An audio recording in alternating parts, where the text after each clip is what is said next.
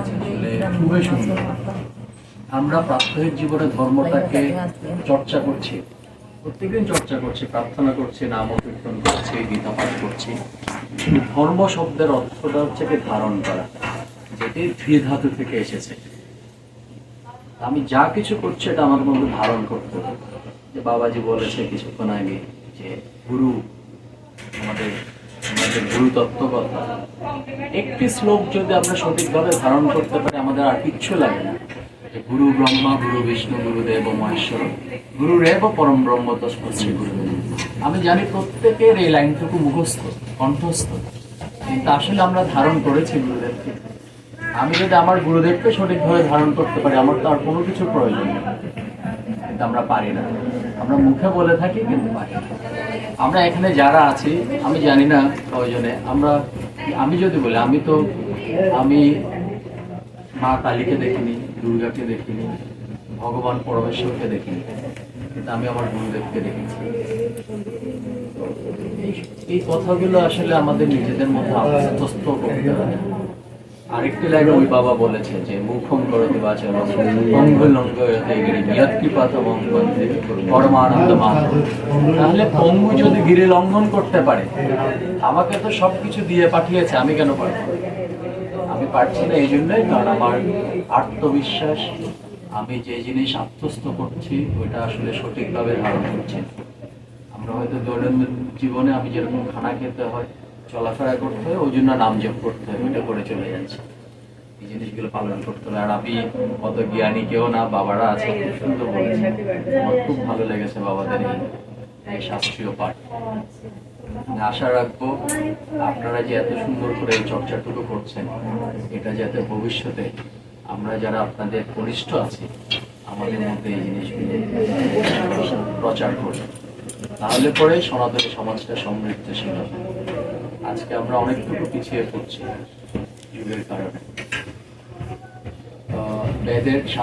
বেদের একটা শ্লোক আছে, সংগচ্ছতম সংবর্ধন গো মানসী জানত। এগুলো কিন্তু সব বলা আছে যে আমরা সম্মিলিত থাকবো না।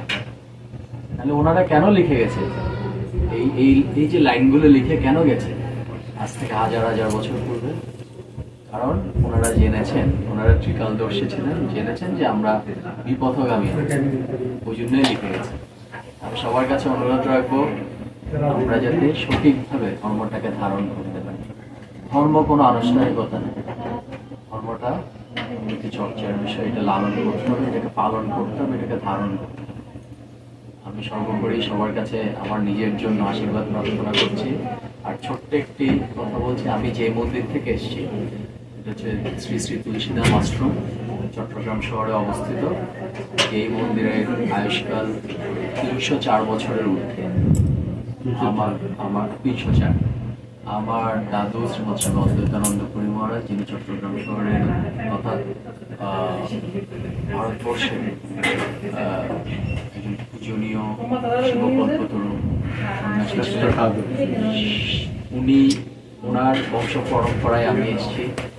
আমি আসলে মহারাজ না, আমি একজন সেবক। আমি আমার গুরুদেবদের যে ভাবাদর্শ আছে পৃথিবীর বিভিন্ন জায়গায় ভক্তদের কাছে গিয়ে এই আদর্শটুকু প্রচার করি। আমি আর কিচ্ছু জানি না।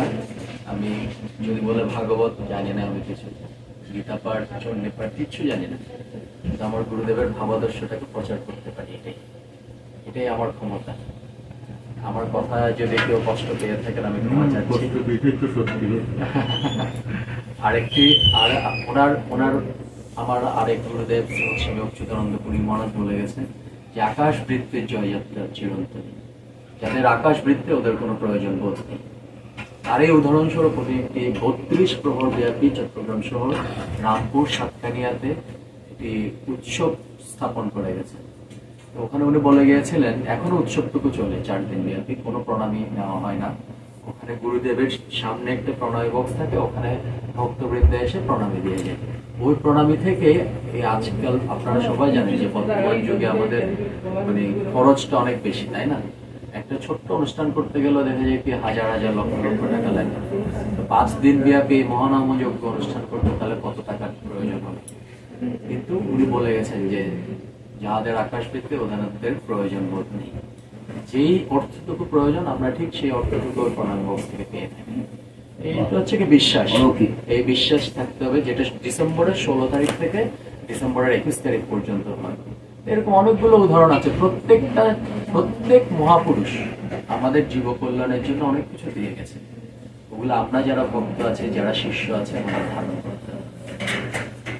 এই হচ্ছে আমার কথা। সর্বোপরি আমি আবারও পরমেশ্বর ভগবানের জন্য সবার মঙ্গল জীবন প্রার্থনা করছি। জয় গুরু।